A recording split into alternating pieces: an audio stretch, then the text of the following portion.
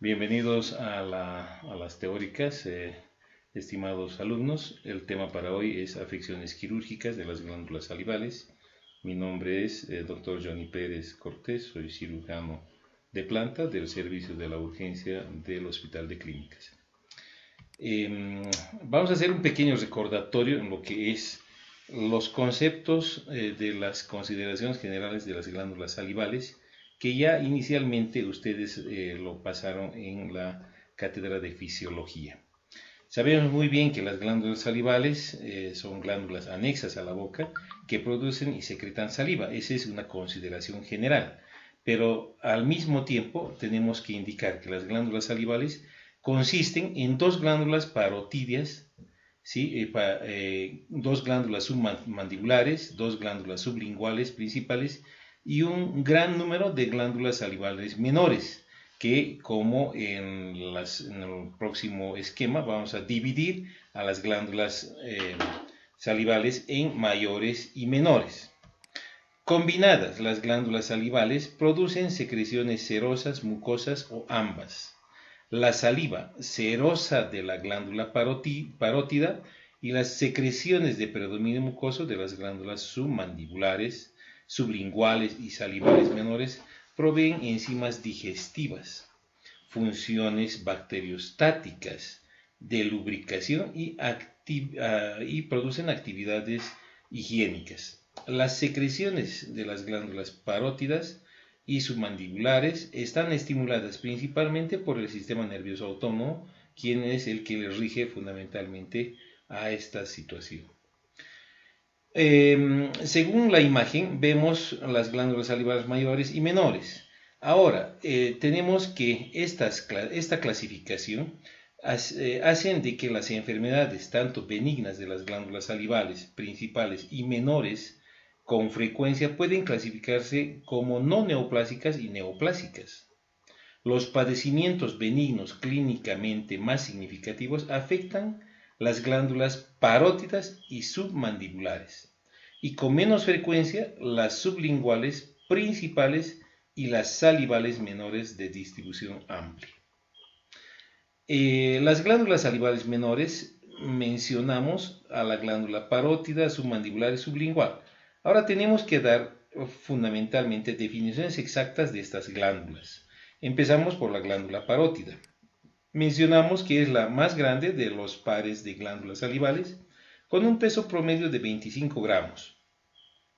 Cada glándula se localiza lateral al músculo macetero, anteriormente, y se extiende hacia atrás sobre el músculo esternocleidomastoideo, detrás del ángulo de la mandíbula. La dermis yace lateral a la glándula y el espacio parafaringeo se encuentra medial a ella. Cada glándula encapsulada se divide de manera artificial en un lóbulo superficial y uno profundo por las ramas del séptimo par craneal. El conducto parotidio o conducto de Stensen tiene un trayecto para la glándula parotidia sobre el músculo macetero y perfora el músculo bucinador para entrar a través de la mucosa bucal, por lo regular opuesto al segundo molar maxilar. El conducto de Stensen puede encontrarse alrededor de 1.5 centímetros por debajo del zigoma. La glándula parotidia tiene dos capas de ganglios linfáticos de drenaje. La capa superficial se encuentra debajo de la cápsula y la capa profunda se ubica dentro del parénquima parotidio. Eso en relación a lo que es la glándula parotidia. Ahora nos vamos a la glándula submaxilar. Las glándulas submaxilares pares son las segundas glándulas salivales más grandes en el cuerpo. Cada una pesa alrededor de 10 a 15 gramos. Asimismo, cada una se divide en lóbulo superficial y profundo por el borde posterior del músculo miloioideo y ocupa el triángulo submandibular. El conducto submandibular, también conocido como conducto de Wharton, tiene un trayecto anterior sobre el músculo miloioideo y termina en el piso anterior de la boca. El conducto submandibular es inelástico y por ello cuando se obstruye causa importante dolor.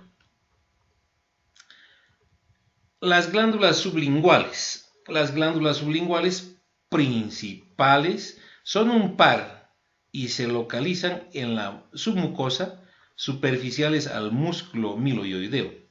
Cada glándula está unida lateralmente por la corteza interna de la mandíbula y medialmente por el músculo estilogloso. Las glándulas se encuentran en la línea media.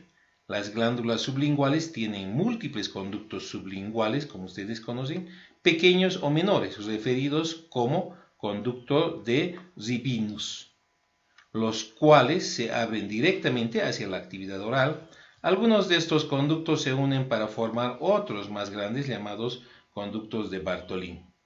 Estos conductos mayores también pueden unirse a los conductos submandibulares.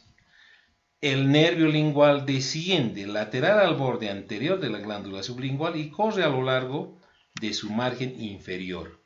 Hacia adelante, el nervio lingual y el conducto submandibular tienen un trayecto paralelo para que el nervio lingual ascienda hacia la lengua. Estas definiciones generales, que por cierto ustedes ya conocen en demasía, por sus pasantías por fisiología, anatomía, nos van a hacer ver de que fundamentalmente en base a estas definiciones nosotros vamos a poder conocer lo que de acá para adelante vamos a poder identificar las patologías, los problemas clínico-quirúrgicos de lo que son las glándulas salivales. Mencionarles también, al margen de lo que ya son las glándulas salivales, mencionarles ahora las glándulas salivales menores. El paladar duro y el paladar blando contienen las glándulas, la mayor concentración de glándulas salivales menores. Sin embargo, estas glándulas también se pueden localizar en la cavidad oral, en los labios, en la lengua o en la parte de la orofaringe. Las glándulas salivales menores pueden identificarse por grupos como glándulas linguales anteriores de Blanding-Nung. Las glándulas salivales se componen de múltiples unidades secretoras que incluyen un acino en el extremo proximal y una unidad ductal distal. La unidad ductal combina un sistema secuencial de elementos ductales que se extienden lejos del acino. El conducto intercalado, el conducto estriado y el conducto excretor es la unidad ductal en el sistema secuencial. Las células mucoepiteliales rodean el acino y se extienden al conducto intercalado. Dichas células se contraen, lo cual permite a las células glandulares expulsar sus secreciones. Los padecimientos benignos de las glándulas salivales implican trastornos de la producción y la secreción de la saliva. La saliva se genera en las células acinares arracimadas y contienen electrolitos, enzimas como la tialina y la maltasa, carbohidratos, proteínas, sales inorgánicas e incluso algunos factores antimicrobianos. Producen alrededor de 500 a 1500 ml de saliva día por las células acinares y se transportan a través de los elementos ductales a una tasa promedio de 1 ml minuto. Por lo regular, la saliva humana es alcalina. Como verán, ya teniendo en sí estas definiciones exactas, acá podemos ver de que el 60-70% es el volumen fundamentalmente de lo que es la parte submandibular, parotidia, sublingual y las glándulas salivales menores. Ahora vemos de que en relación a las obstrucciones de estas glándulas salivales, vamos a tener la presencia, de esta primera patología, como es la rándula. ¿Qué es la ránula? Es un término clínico que también incluye a la extravasación de moco y el quiste por retención de moco. Aparece casi de manera exclusiva en el piso de la boca. Se relaciona principalmente con las glándulas submandibulares y las glándulas sublinguales. Tenemos una etiología y patogenia. De preferencia es por traumatismos o una obstrucción en el conducto ductal. Sabemos muy bien que ante todo proceso de obstrucción en un conducto, en la luz de cualquier conducto, estos siempre van a provocar un problema con signos y síntomas a nivel distal de lo que es el conducto que estamos en referencia. La lesión exuda moco que se deposita en el tejido intersticial circundante, desencadenando una reacción inflamatoria, fundamentalmente, que es el primer paso para tener algún problema para identificación visual. Por la presencia de un cálculo salival o cialolito en el conducto, puede ser desde el parénquima de la glándula hasta el orificio del conducto excretor. ¿Qué es un cialolito? Conocemos muy bien que todos los litos, ya sea en lo que es la parte renal, la parte vesicular, fundamentalmente se van formando porciones induradas y son precipitaciones que se componen de sales de calcio, en particular carbonato y fosfato cálcico, alrededor de un nido de residuos celulares o una mucina condensada. Esto hace de que prácticamente pueda llegar a obstruir este conducto y ahí nos den los signos y síntomas que vamos a mencionar. ¿Cuáles son estas características clínicas? Fundamentalmente se desarrolla generalmente con una masa de tejido blando, fluctuante, unilateral en el piso de la boca, inicialmente no dolorosa, ¿no? Entonces, gradualmente, conforme se va almacenando este moco, inclusive a veces se puede llegar a volver en forma pétrea, ¿sí? Y esto necesariamente, ya gradualmente, vamos a tener que dar un tratamiento quirúrgico de hacer una incisión en medio de este tejido para poder extraer este problema. Un aspecto típico es de color azul y se compara con el vientre de una rana, de ahí viene su nombre de ránula. Puede presentar diversos tamaños y cuando crece exageradamente desvía la lengua hacia arriba y en dirección medial. Quiera sí o no, existen casos extremos, como en la imagen que se puede ver, ¿sí? Que son prácticamente ránulas que van dando tiempo sus familiares y bueno, prácticamente es la clásica ver llegar al hospital indicando los mismos familiares o los mismos pacientes, ¿desde cuándo tienes este problema?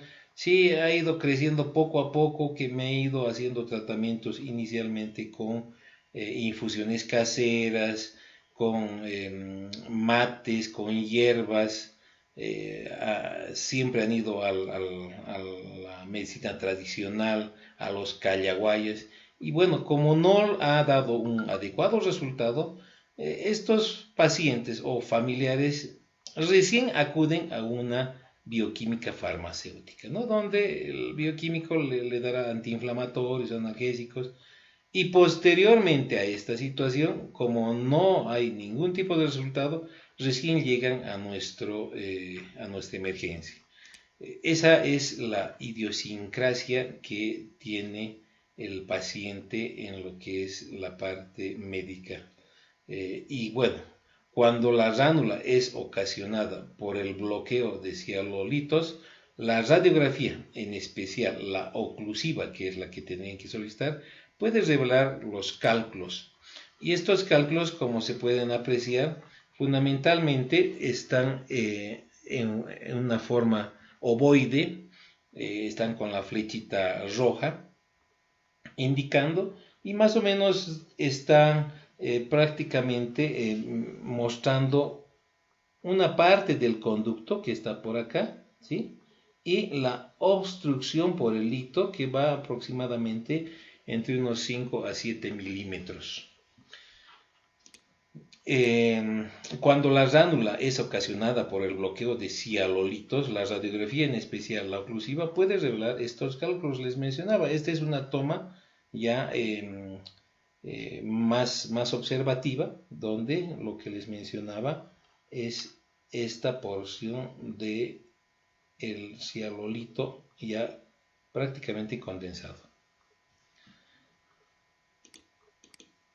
La ránula hundida se produce por la extravasación del moco a través del músculo miloioideo. Se puede seguir los planos y prácticamente estamos aquí viendo la parte con aumento de volumen, ¿sí? Y esto prácticamente está dándonos como un proceso ya netamente inflamatorio obstructivo para este proceso de las características clínicas. Necesariamente tenemos que tener una histopatología, y la apariencia microscópica de la ránula es parecida al fenómeno de la extravasación de moco y al quiste por retención de moco. Se distinguen por líquido espeso, cero mucoso, rodeada de tejido de granulación, que es lo que estábamos mencionando hasta el momento.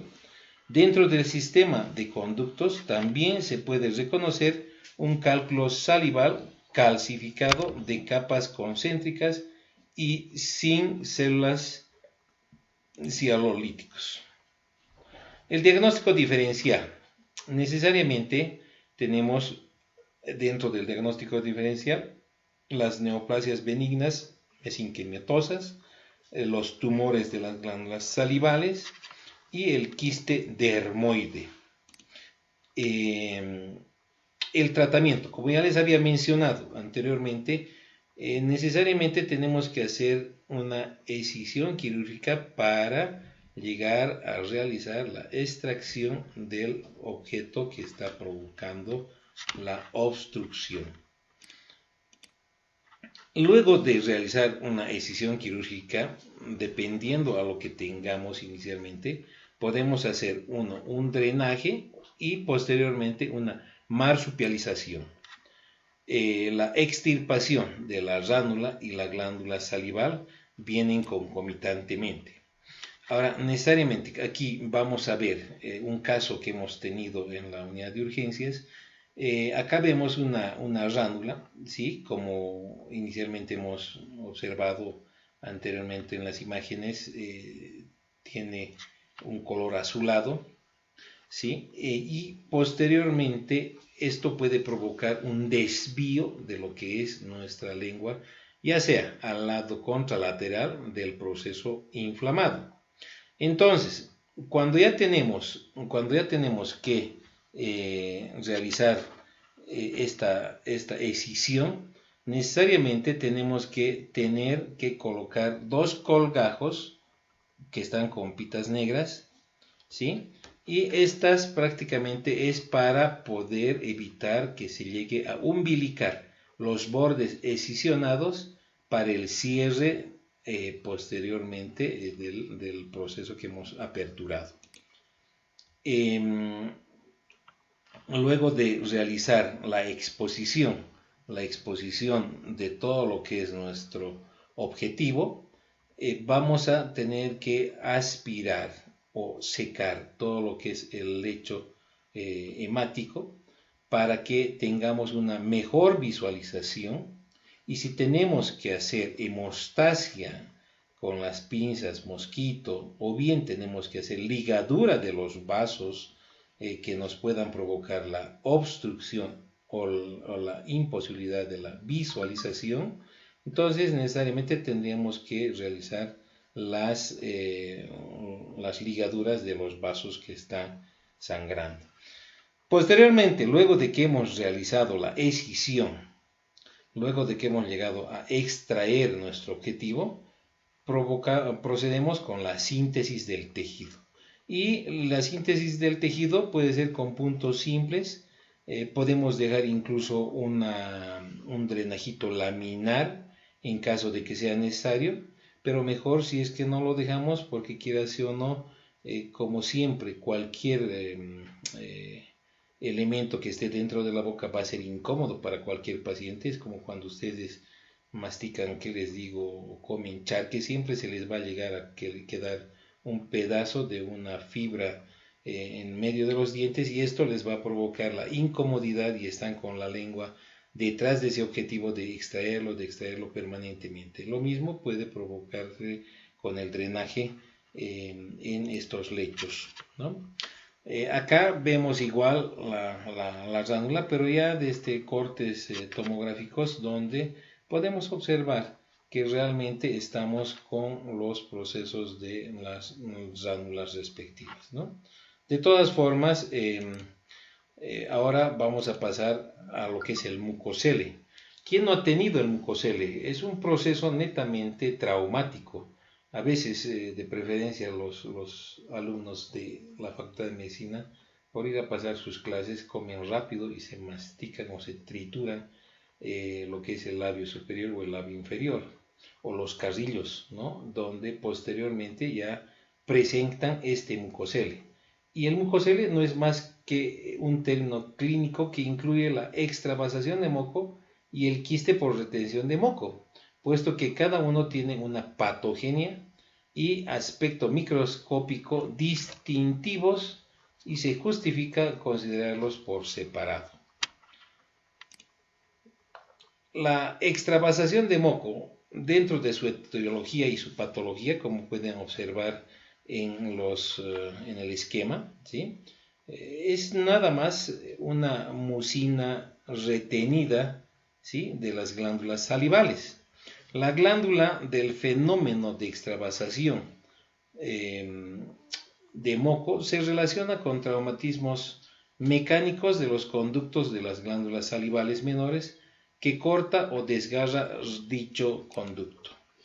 El tejido de granulación presente favorece la formación de una pared alrededor de la mucina derramada. El tejido de la glándula salival adyacente sufre una alteración inflamatoria inespecífica a causa de retención de moco. Por último, tiene lugar la cicatrización en el interior y alrededor de la glándula.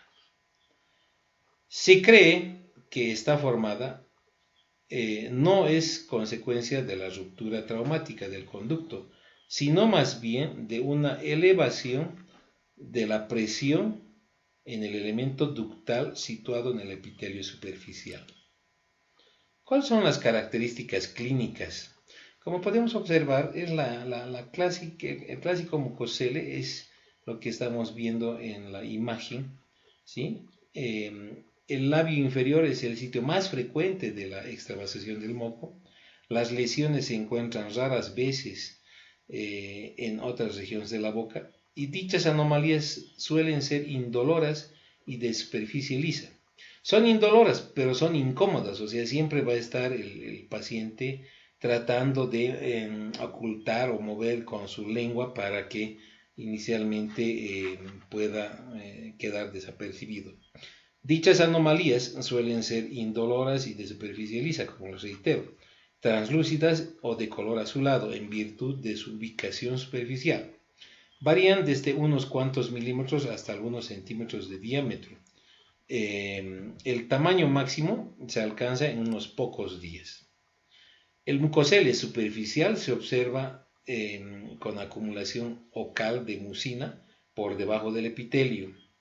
Estas anormalidades son asintomáticas y abundantes, y se las identifica las más de las veces en la región retromolar, paladar blando y mucosa bucal posterior.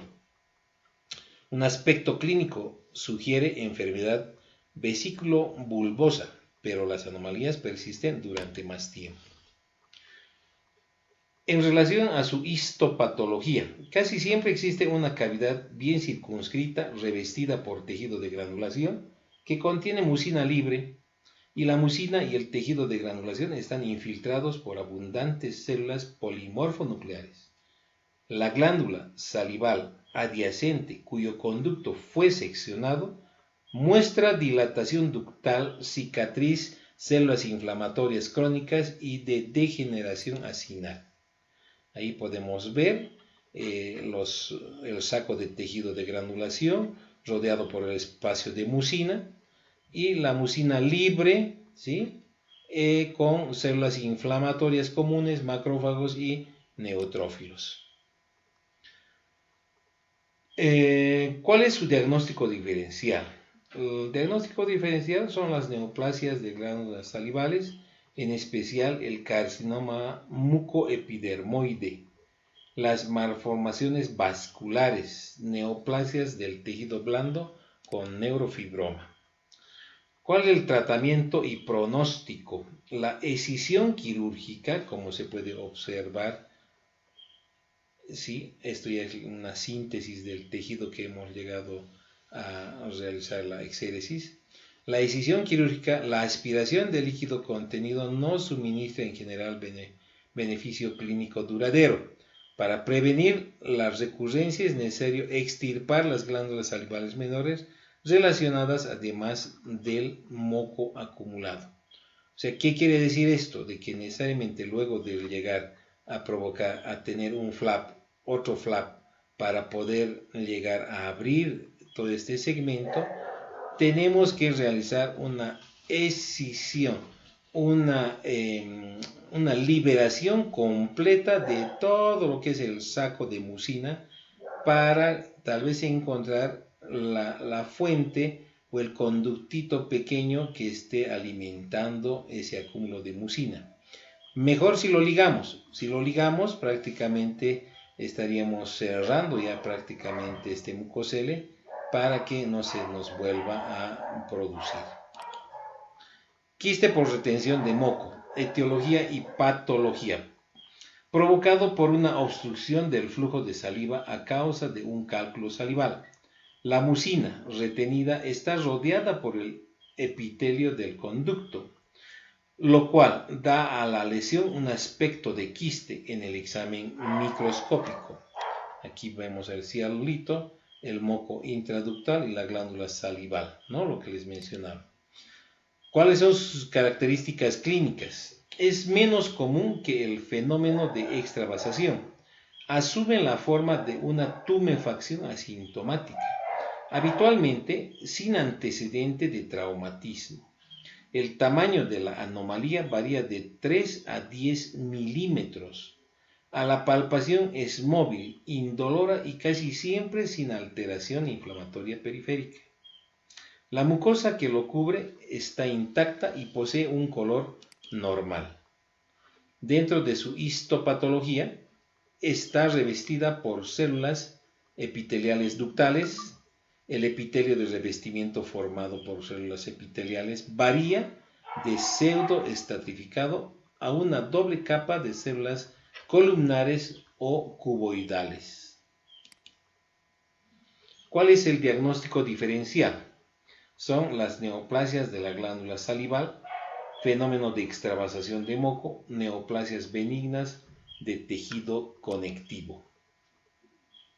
El tratamiento y pronóstico es extirpar el quiste por retención de moco y los lóbulos relacionados de las glándulas salivales menores, realizar una adecuada marsupialización, como ya habíamos mencionado anteriormente, realizar una enucleación total del proceso y el pronóstico es excelente.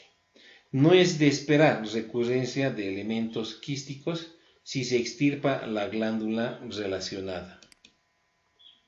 Ahí vemos inicialmente cómo es nuestro proceso, ¿sí? En algunos el volumen es un poco más amplio, mucho más amplio, ¿sí? Luego de realizar una infiltración local alrededor del proceso a extirparse, se realiza una incisión encima del solevantamiento, ¿sí? Como es una capa delgadita que está cubriendo al acúmulo del moco, tomamos una referencia con un hilo a este lado y tomamos otra referencia de este otro borde al otro lado. Cosa de que de los dos extremos podemos hacernos ayudar para poder hacer una divulsión del contenido y poder extraer en forma completa, o sea, realizar la enucleación total, ¿no? Y posteriormente realizar la síntesis del tejido, ¿sí? Con puntos simples como se ve en la imagen. Nos vamos al quiste de retención del seno maxilar.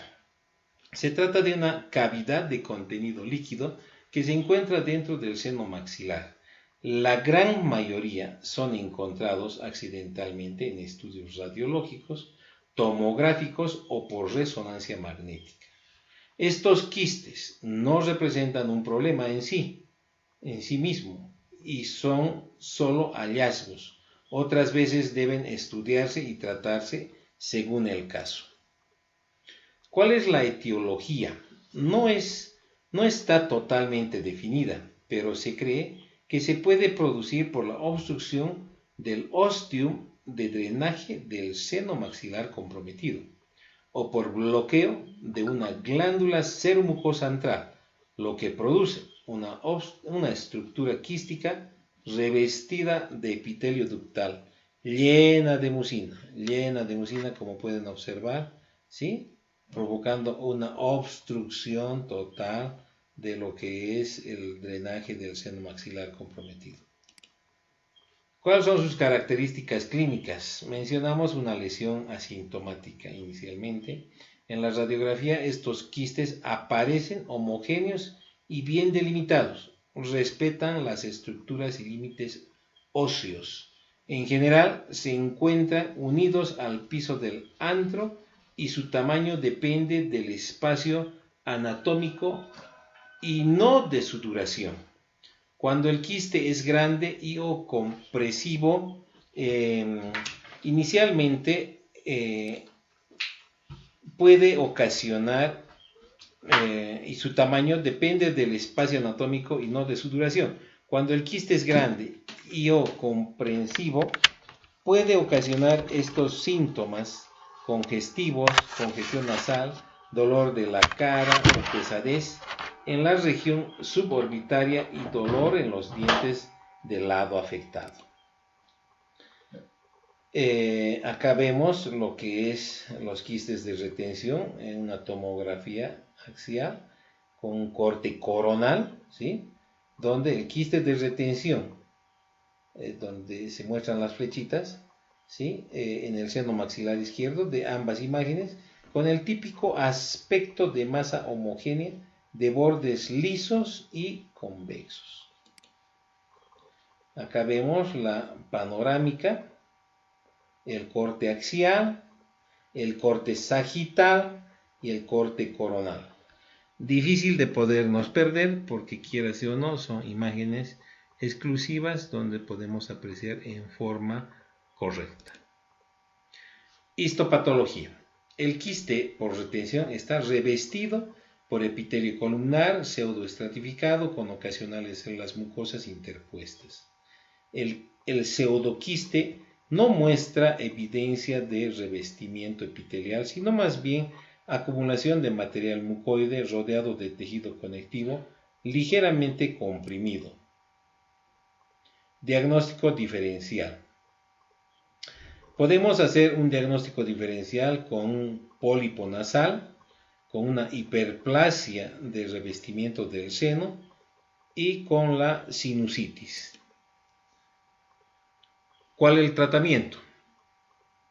No reciben por lo regular tratamiento, puesto que su crecimiento es autolimitado y no son destructivos. Todo lo que se requiere es observación periódica, después de informar al paciente de la presencia de la lesión.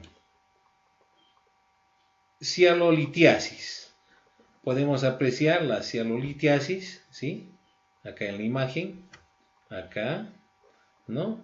Y como les mencionaba, para todo procedimiento siempre utilizo yo, como en la imagen, las riendas para poder llegar a tener una mejor exposición del proceso a extraerse, en vista de que el lugar es pequeño, no tenemos a veces una buena apertura bucal y necesitamos de estas rienditas para poder tener una mejor exposición. La cialolitiasis es una enfermedad de presentación esporádica que se manifiesta con mayor frecuencia en pacientes de sexo masculino y se asocia principalmente con la obstrucción de los conductos secretores de las glándulas salivales mayores o de estas mismas propiamente dichas. Acá vemos un cialolito que está provocando ¿qué? Fundamentalmente, está provocando fundamentalmente una obstrucción del conducto en cuestión. Entonces, si vamos a tener una obstrucción, necesariamente vamos a tener un proceso inflamatorio importante con proliferación de nuestros elementos que están dentro de esta mucina. Y estos, quiera sea o no, van a provocar posteriormente un proceso inflamatorio y luego un proceso infeccioso. Clínicamente, el sitio afectado presenta un aumento de volumen de consistencia dura, móvil, fácilmente desplazable y a veces doloroso. Las enfermedades de las glándulas salivales modifican la secreción y composición salival, alterando su función. Los cialolitos o cálculas salivales son minerales cristalizados que se encuentran dentro de los conductos de drenaje de las glándulas salivales o incluso en el interior de estas mismas. La composición mineral es básicamente calcio fosfato, también puede ser el resultado de la mineralización de restos que pueden incluir células epiteliales, exfoliadas, tapones de moco, colonias de bacterias. Estos cálculos pueden ser uno o más y su morfología pueden variar entre ovalada, alargada o redonda. Por lo general presentan color amarillo o parduzco y su superficie puede ser lisa o irregular. Ahí podemos ver las diferentes formas o tamaños que pueden existir, ¿sí?, de los cialolitos encontrados en el conducto de Wharton. Pueden presentarse tanto en glándulas salivales mayores y menores, afectándolas de modo diferente, siendo la submandibular la más afectada. La submandibular con un 80-85%, la glándula parótida en un 10 a 15%, las glándulas sublinguales y menores de 1 a 5%. No todos los cialolitos son calcificados, muchos de las glándulas parótidas son proteináceos y no calcáreos, y así a veces no se ven en las radiografías. En relación a la epidemiología, la cialolitiasis corresponde al 30% de la patología salival. Se puede presentar a cualquier edad, pero es más frecuente en los adultos entre 30 a 60 años.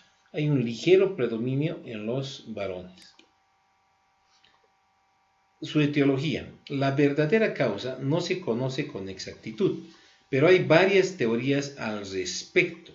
Todas ellas concuerdan en que los cialolitos se forman por la mineralización de material diverso como cuerpos extraños, células epiteliales desencamadas o descamadas y microorganismos.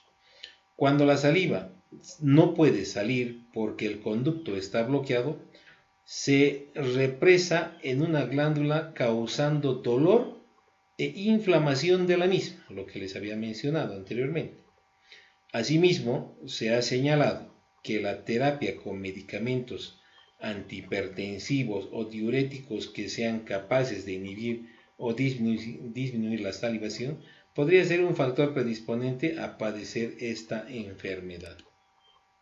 Ahí vemos dentro de lo que es la histopatología, la parótida cialolitiásica, ¿sí?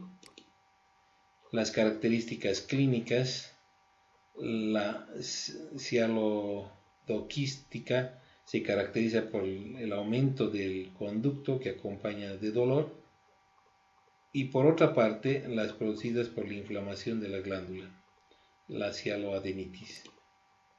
Clínicamente, el sitio afectado presenta aumento de volumen, como hemos visto en las imágenes, consistencia dura, móvil, fácilmente desplazable, dificultad para abrir la boca o tragar, boca seca, que se conoce como serostomía, dolor en la cara o en la boca, a veces de moderada a severa, signos característicos de la inflamación, hinchazón de la cara o del cuello, puede ser intenso al comer o beber. El cálculo visible puede ser por lo general de color amarillo o parduzco y su superficie puede ser lisa o irregular. Aquí vemos el aumento por los litos, acá también. Los síntomas son generalmente más notorios al comer o beber. En algunas ocasiones el paciente no presenta síntomas notables y la única manifestación puede ser la presencia de una masa firme que se palpa en el conducto o en el interior de la glándula. Cuando la obstrucción del conducto dura largo tiempo, suele aparecer un proceso inflamatorio crónico y que en ocasiones se acompaña de infección aguda, la que puede transformarse en un absceso o celulitis facial. Posibles complicaciones: molestia, aumento de riesgo de infecciones de las glándulas salivales, recurrencia, reaparición de los cialolitos. Pruebas y exámenes. Un examen de cabeza y cuello realizado por un médico o un odontólogo muestra una o más glándulas salivales agrandadas y sensibles. El odontólogo puede sentir el cialolito durante el examen. Las radiografías, radiografía oclusal, en la cual seguramente se observarán las masas calcificadas, radioopacas de localización intraductal o intraglandular. Una cialografía, cialografía de contraste, se podrá observar una imagen de interrupción con dilatación distal del conducto, una cialografía de resonancia magnética, una ecografía, el ultrasonido, una tomografía computarizada de cara, una endoscopía, pueden confirmar el diagnóstico para poder hacer una escisión respectiva. El objetivo dentro del tratamiento es la eliminación del cálculo. ¿Y cómo vamos a hacer? Realizando un drenaje de la glándula afectada, de la obstrucción profunda cuando existe infección, y esta debe ser controlada en primer lugar con antibióticos.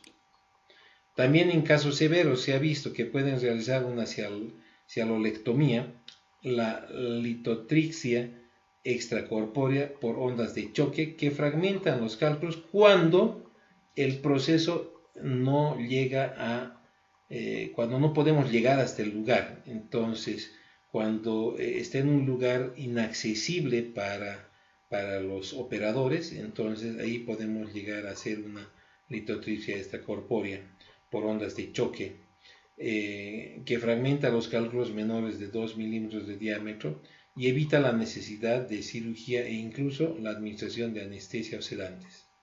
Se puede intentar la remoción por endoscopía. Estas dos últimas técnicas reducen los riesgos de dañar a los nervios faciales y linguales según sea la localización del cialolito. Ahí podemos apreciar lugares accesibles donde se puede llegar a extraer. Yo les decía lugares inaccesibles donde pueden estar mucho más profundos y no podemos llegar a realizar la extracción. Después de la eliminación de los cálculos salivales, debe haber estimulación continua con cialogogos.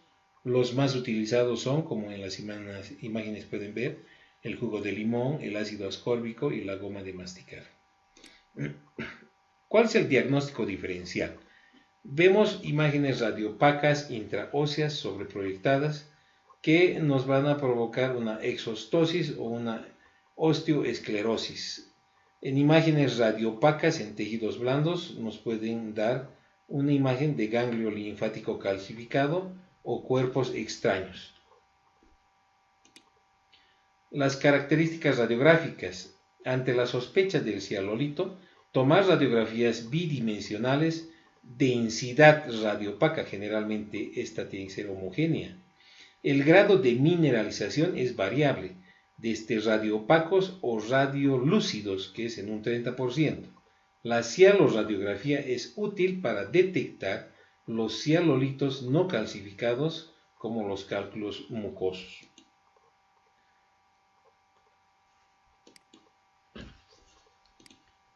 Radiografía lateral con el dedo desplazando el piso de la boca hacia abajo. Entonces ahí podemos ver cómo estamos viendo el proceso dentro del círculo, que es nuestro lito.